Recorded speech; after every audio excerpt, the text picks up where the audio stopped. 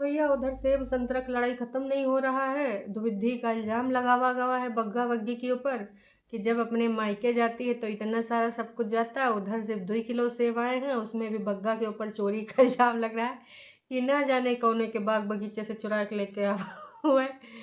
तो जी पटना में बाग बगीचे तो सेब के होंगे नहीं, उसने पटना में उतर के ही शायद खरीदे थे। अब कहा बोले जी, एक बार अगर इंसान ऐसी हरकत करता है ना तो लोग फिर हमेशा शक किया करते हैं। अब उसने पहले ऐसी हरकत करी थी ना जी। कौन सी हरकत याद आया आपको? बगिया में जाए के रास्ते में एक पेड़ पौधे थे लाइने लाइन, तो भाई बग्गा, मम्मी जी और कौन, भाई बग्गी भी गई थी अमिया चुराने। और वही अमिया चटकारे मार मार के हमारे बग्गी की फैमिली ने, खासकर हमारे मम्मी जी के समधी, मतलब समधन के समधी ने खूब चटकारे मार मार के खाए थे। याद आया?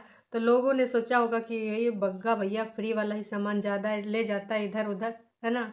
और भाई आप लोगों के कमेंट्स तो कमाल कर रहे हैं कि जिस प्रकार से भाई साहब हमारे जो है बग्गा बग्गी से 1 किलो या 2 किलो सेब लेके आए हैं, उसी प्रकार से बग्गा बग्गी को मिल रही है डाइट, सूखी मुखी रोटियां और सूखा मुखा ब्रेकफास्ट। आप में से किसी ने कल कमेंट किया था, मैंने पढ़ा और इतना हंसा कि भाई साहब मतलब क्या ही है। कुछ लोग तो कह रहे हैं कि हमारी जो है छोटकन्नी जो है वह अपने आप को शर्माएगी, मुंह छुपाएगी। हमने सोचा काहे, फिर नीचे पढ़ा तो लिखा था काश कि बग्गी छोटकन्नी से भी ज़्यादा पतली हो जाएगी।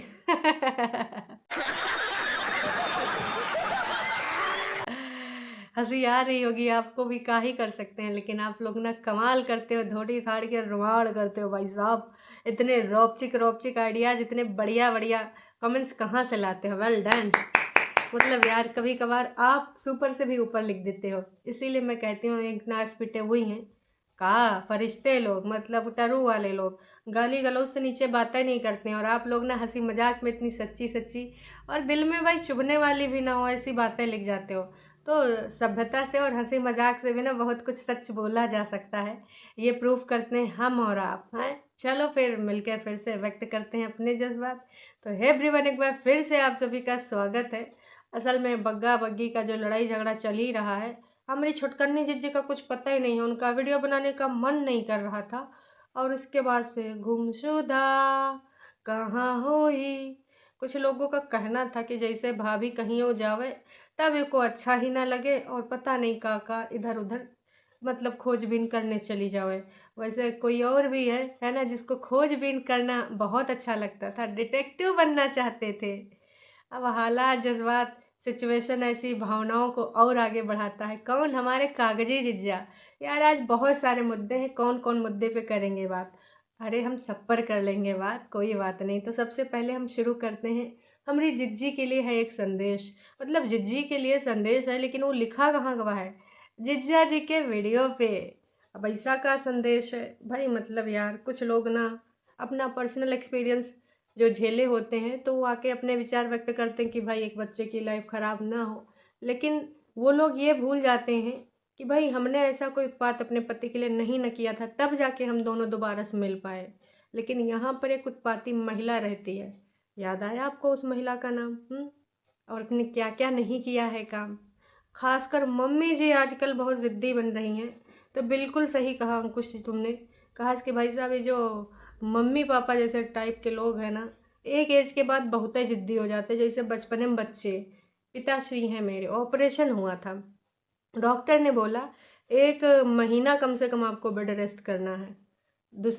2 दिन या 3 4 दिन, 4 दिन बाद जहाँ गाय बछड़े बांधे होते हैं वहाँ पहुँच गए, पाइप ले गैयक नहला रहे हैं। भाइयों ने जब देखा तब गए कि क्या कर रहे हो? कह रहे नहीं बेटा मुझे चलना है, डुलना है, हिलना है। तब भाइयों ने मेरे को वीडियो कॉल किया। जब मैं चिल्लाई हूँ तब जाके पाइप वाइप छोड़ के अंदर आए। दूसरे दिन यहाँ पेट में दर्द होने लगा, है ना। तो इस प्रकार के होते हैं माताजी पिताजी, एक एज के बाद ज़िद्दी हो जाते हैं, और इनको कभी कभार डांट के भी थोड़ा सा समझाना पड़ता है कि भाई देखो, ऐसा ब्लैकमेल करना पड़ता है कि ठीक है पापा करो, जितना करना है करो, ठीक है अच्छी चीज़ है करो, अब मैं तो घर ही नहीं आऊँगी। मेरा तो यही एक सूत्रीय कार्यक्रम है। अगर उनसे कोई चीज़ मनवानी होती तो मैं तो सीधे धमकी दे देती हूँ, आपका जो मना है करो, सुनना तो है ही नहीं है, यहाँ सब डॉक्टर बेवकूफ़ हैं, हम लोग बेवकूफ़ हैं, आप करो। तब जाके मानते हैं। तो वैसे भैया अब मम्मी जी को भी बहुत सारी चीज़ें हैं, बहुत सारी प्रॉब्लम है और जनता बहुत ही ज़्यादा कनेक्टेड है, क्योंकि हम लोगों को यार फ़ील होता है, हमारे आसपास भी बहुत सारे अपने घर में बुज़ुर्ग होते हैं। लेकिन सबसे ज़्यादा मम्मी जी का ये बुरा लगता है कि भाई इतने दिनों से वो बहुत सारी चीज़ों की हकदार हैं जो उनसे छीनी गई है, बहुत ज़्यादा। तो मैं तो अंकुश से यही कहना चाहूँगी कि मम्मी जी की डाइट को कंट्रोल करो, बहुत अच्छे से फॉलो करो, जो भी डाइट चार्ट है। नहीं भी मानती है ना तो ज़िद पे आ जाओ, ऐसे कैसे नहीं मानेंगी, है ना? ऑडियंस से बता देना। ऑडियंस जो है ना, मम्मी जी को फिर सुनना ही पड़ेगा ऑडियंस की बात। चलो फिर बात करते हैं सबसे पहले मम्मी जी के लिए, सॉरी, हमारे अंकुश अग्निहोत्री के पेज पे हमारे कागजी जिज्जा जी के लिए 2 कमेंट्स आए हैं जिसमें हमारी जिज्जी की भलाई निहित है। जब कभी भी बग्गा बग्गी चले जाते हैं तो ये जो जिज्जी के जो टरू वाले फॉलोवर हैं, सब्सक्राइबर्स हैं, इनके मन में बहुत ही प्यार उमड़ता है जिज्जी के लिए कि आज हम अपनी जिज्जी का घर बसा देंगे। चलो जिज्जा जी से माफ़ी मांगते हैं, है ना, और उनसे कहेंगे कि नहीं, कोई आए तो ले जाए, मेरी लाख दुआएं पाए। किसको ले जाए? अरे भाई जिया को नहीं, जिज्जी को, क्योंकि भाई जिज्जी हमारी अकेलापन फील करती है। भैया और भाभीयों की जब कभी जाती है तो उसका मन नहीं करता है वीडियो बनाने का, बहुत कुछ याद आ जाता है, लेकिन बस रस्सी जल जाती है, बल नहीं जाता है, मतलब ईगो साइड में दबा रहता है। वरना अब तक कब के इतने सारे ऑफर मिलने के बाद ज़िंदगी के आराम से जी रही होती। चलिए जो कमेंट है वो पढ़ते हैं। इनका नाम है स्नेहा, इन जिन्होंने ये संदेश भेजा है। भैया प्लीज़ दोनों साथ हो जाओ, सच में अब वो कुछ गलत हरकत नहीं करेगी, बिकॉज चाहे जो भी टाइम दो, जो भी हो, टाइम टाइम तो दोनों का ही बर्बाद हुआ है। ओके, इनका कहना है कि अब वो कोई गलत हरकत नहीं करेगी, चाहे जो भी वजह हो, टाइम तो दोनों का बर्बाद हुआ है? अब सब अच्छा होगा, प्लीज़ आप दोनों सीट के लिए एक हो जाओ, एक साथ, और बड़ा होता हुआ देखो सीट को। ऑनेस्टली इट्स ट्रू, दूसरे सब्सक्राइबर ने भी लिखा है। तो देखो यार, बहुत सारे लोगों ने बहुत चीज़ें चाही हैं, हम लोग हेटर्स की श्रेणी में आते हैं, पर कई बार मन में बहुत दया भावना निकलती है और ये लगता है कि यार हम सब लोग अपना अपना अच्छा लाइफ जी रहे हैं, मतलब अपनी फैमिली के साथ, ऑफ कोर्स बिना हस्बैंड के, बिना लाइफ पार्टनर के।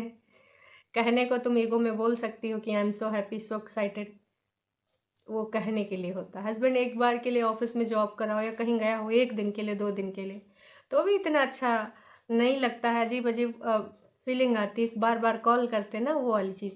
और यहाँ तो इतने साल हो गए, लेकिन बस वही है कि ये लड़की अपना ईगो छोड़ ही नहीं रही है। बहुत कुछ एक साइड ईगो में रखने पे किया जा सकता था।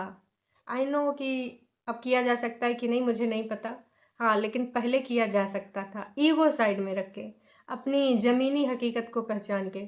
सब तो अपने अपने में मस्त हैं, और यही चीज़ सब्सक्राइबर्स बोलते थे ना कि एक टाइम आएगा जब आपके भैया भाभी जीजी दीदी, मतलब सॉरी, दीदी और वो हमारे नोना जिज्जा, बाकी सारे के सारे बिजी हो जाएंगे, तब तुम लोनली फील करोगी, तब तुमको लगेगा कि तुमने ये सही फैसला नहीं लिया। याद है, हम ही लोग बोला करते थे, इसीलिए जब अंकुश अग्निहोत्री के पैर में चोट लगी थी तो तमाम लोगों ने उनसे मिन्नतें करी थी कि दीदी सही टाइम है, छोड़ दे शर्तें, छोड़ दे ईगो, जो भी चीज़ें हुई मिट्टी डाल, चली जा। क्योंकि कहते हैं ना कि अगर आप कोई एक कदम उठाते हो ना, तब ऊपर वाला भी तुम्हारा साथ देता है। ऐसे तो ऊपर वाला भी जब तक तुम कोशिश नहीं करोगे कोई साथ नहीं देगा। यहाँ पर सिर्फ स्क्रिप्ट लिखने से, लोगों को जलील करने से, कूड़ा करकट बोलने से, उछालने से कुछ नहीं होने वाला, तमाम लोगों ने बोला था। खैर, दूसरा जो कमेंट है इसी रिगार्डिंग है। कोई कन्फ्यूजन मत रखो, बस एक साथ हो जाओ, अपने पर्सनल एक्सपीरियंस से बता रही हूँ, टाइम के साथ चीज़ें सही हो जाती हैं। तो बहन, तेरा टाइम इसलिए सही हो गया क्योंकि तूने इस प्रकार की कोई हरकतें अपनी फैमिली के साथ नहीं करी होंगी सोशल मीडिया पे। कई ऐसे कपल्स हैं जो लड़ाई झगड़ा करते हैं, अलग हो जाते हैं 1 साल के लिए, 2 साल के लिए।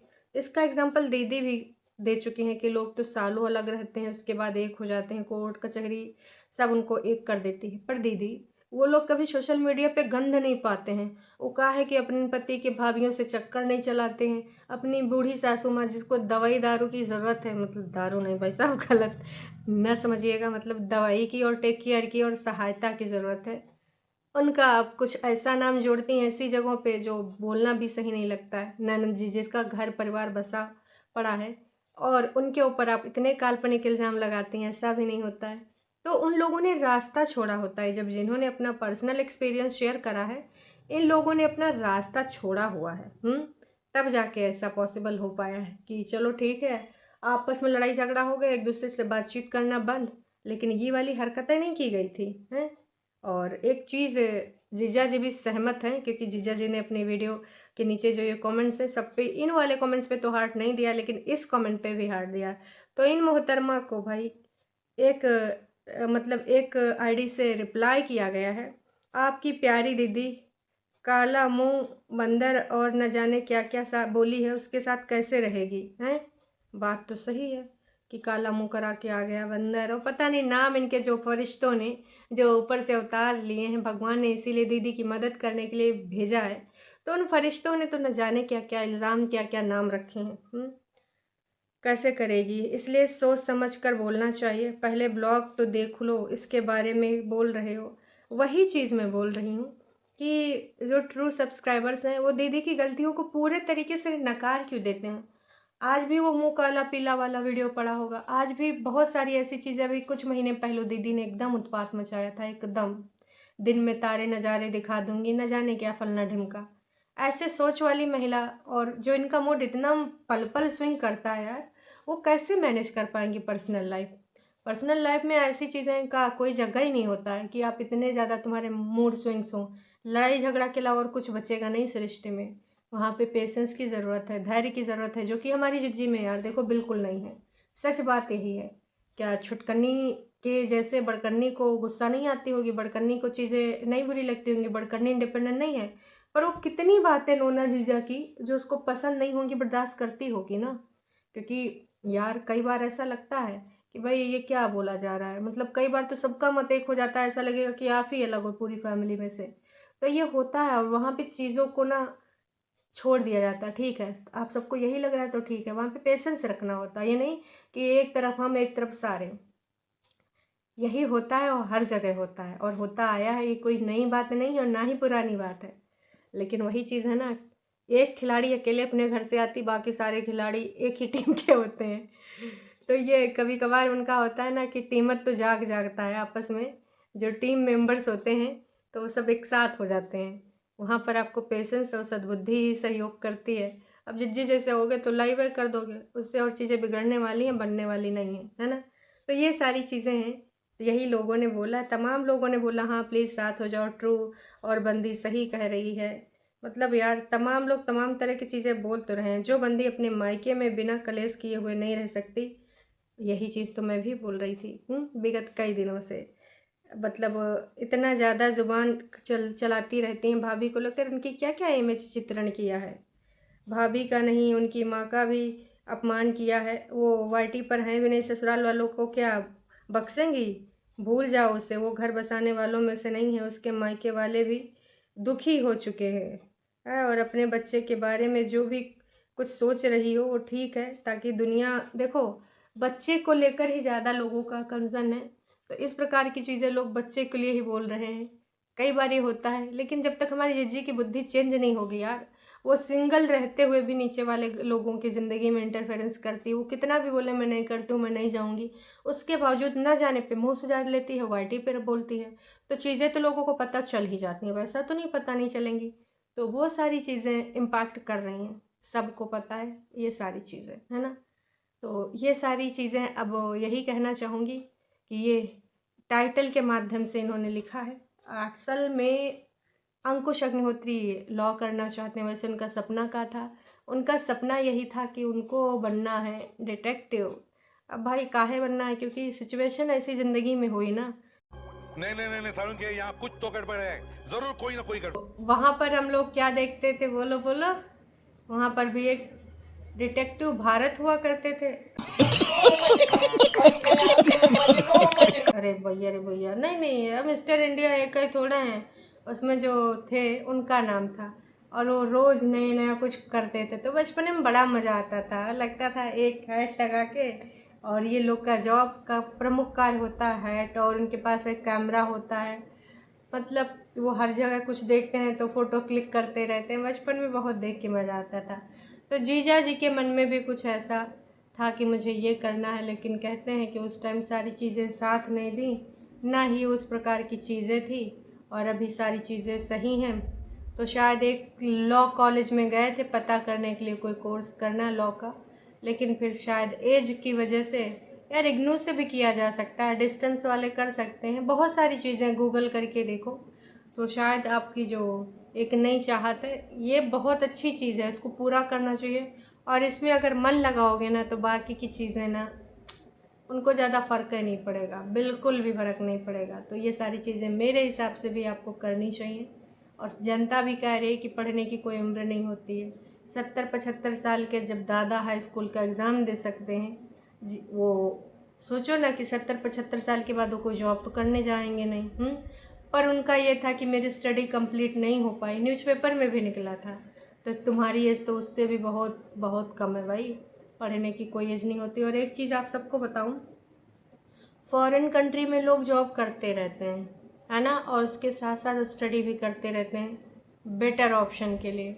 जो हमारी ननद जी है तो वो भी अभी स्टडी कर ही रही हैं, पढ़ाई उनकी चल ही रही, जॉब कर रही हैं, उनको कैंपस प्लेसमेंट मिला था, और अब वो वहीं पे ही हैं लंदन में, शादी के बाद वहीं पर चली भी गई। तो अभी भी वो लोग पढ़ते रहते हैं, कुछ ना कुछ 6 मंथ का कोई कोर्स करेंगे, कभी कुछ ना कुछ करते रहते हैं। वो इंडियंस की तरह फालतू में गॉसिप और फालतू की चीज़ों में वो नहीं करते हैं, है ना कुछ कोर्स करते हैं, सीखने वाली कोई स्किल डेवलप करते हैं, और वहाँ पे सभी ऐसा करते हैं। कभी कोई जो लैंग्वेज सीखेंगे, कभी कुछ करेंगे, कभी कुछ, मतलब वो खाली नहीं ना बैठते हैं, कुछ ना कुछ करते रहते हैं। तो अगर आपको भी करना है बिल्कुल करिए भाई, क्योंकि ज़िंदगी मिली है यार, ज़िंदगी मिलेगी ना दोबारा। मूवी की तरह सोचिए और जो मन में आए, मतलब उटपटांग कुछ मत कर देना कि पड़ोसी के मन में मन करे कि लाख तीली लगाए आग लगाए तो पुलिसवा भी ले जाएगी। मतलब जो ऐसी चीज़ें हैं जिससे आपको ग्रोथ मिले, मानसिक शांति मिले, तरक्की मिले, वो थोड़ा सा करिएगा, है ना। बाकी आप सबका क्या कहना कमेंट करके ज़रूर बताइएगा। बस जीजा जी का जो कमेंट था वो फ्यूचर प्लानिंग को लेकर था, कि फ्यूचर के चक्कर में सारा कन्फ्यूजन, मैं कंफ्यूज हो रहा हूँ। अच्छा, फ्यूचर के चक्कर में सारा कंफ्यूज्ड हूँ, सारा सब कंफ्यूज हूँ। चलो कोई नहीं, उनके कहने का मतलब यही है कि फ्यूचर के चक्कर में मैं थोड़ा सा कंफ्यूज हूँ, और चूँकि वहाँ पर पता करने भी गए थे, है ना, और कल क्या होगा क्या नहीं होगा, कोर्ट कचहरी के जो फैसले हैं तो बहुत सारी चीज़ें इम्पैक्ट करती हैं। लेकिन यहाँ पढ़ाई लिखाई से अभी इन्होंने बात करी, पर्सनल लाइफ के रिगार्डिंग नहीं, लेकिन लोगों ने पर्सनल एडवाइस दे दी कि आप दोनों एक हो जाओ और ऐसा वैसा। मैं पर्सनल एक्सपीरियंस से कह रही हूँ, तो भैया आपका पर्सनल एक्सपीरियंस हम समझते हैं, नो डाउट अपना पर्सनल एक्सपीरियंस हो सकता है, आपने अपनी चीज़ें साइड में रखी हूँ, पर कुछ लोग अपनी चीज़ें साइड में नहीं रख रहे हैं ना, तो उसमें क्या ही कर सकते हैं, कुछ नहीं। चलिए जी, अभी के लिए इतना है, फिर मिलेंगे नई अपडेट के साथ, तब तक के लिए टाटा बाय बाय। चैनल पे नए तो चैनल को कर सकते हैं सब्सक्राइब, वीडियो पसंद आई तो जाने से पहले कीजिएगा लाइक, और हाँ अपना मन की बात ज़रूर लिख कर जाइएगा, ठीक है, लेकिन उचित शब्दों के साथ।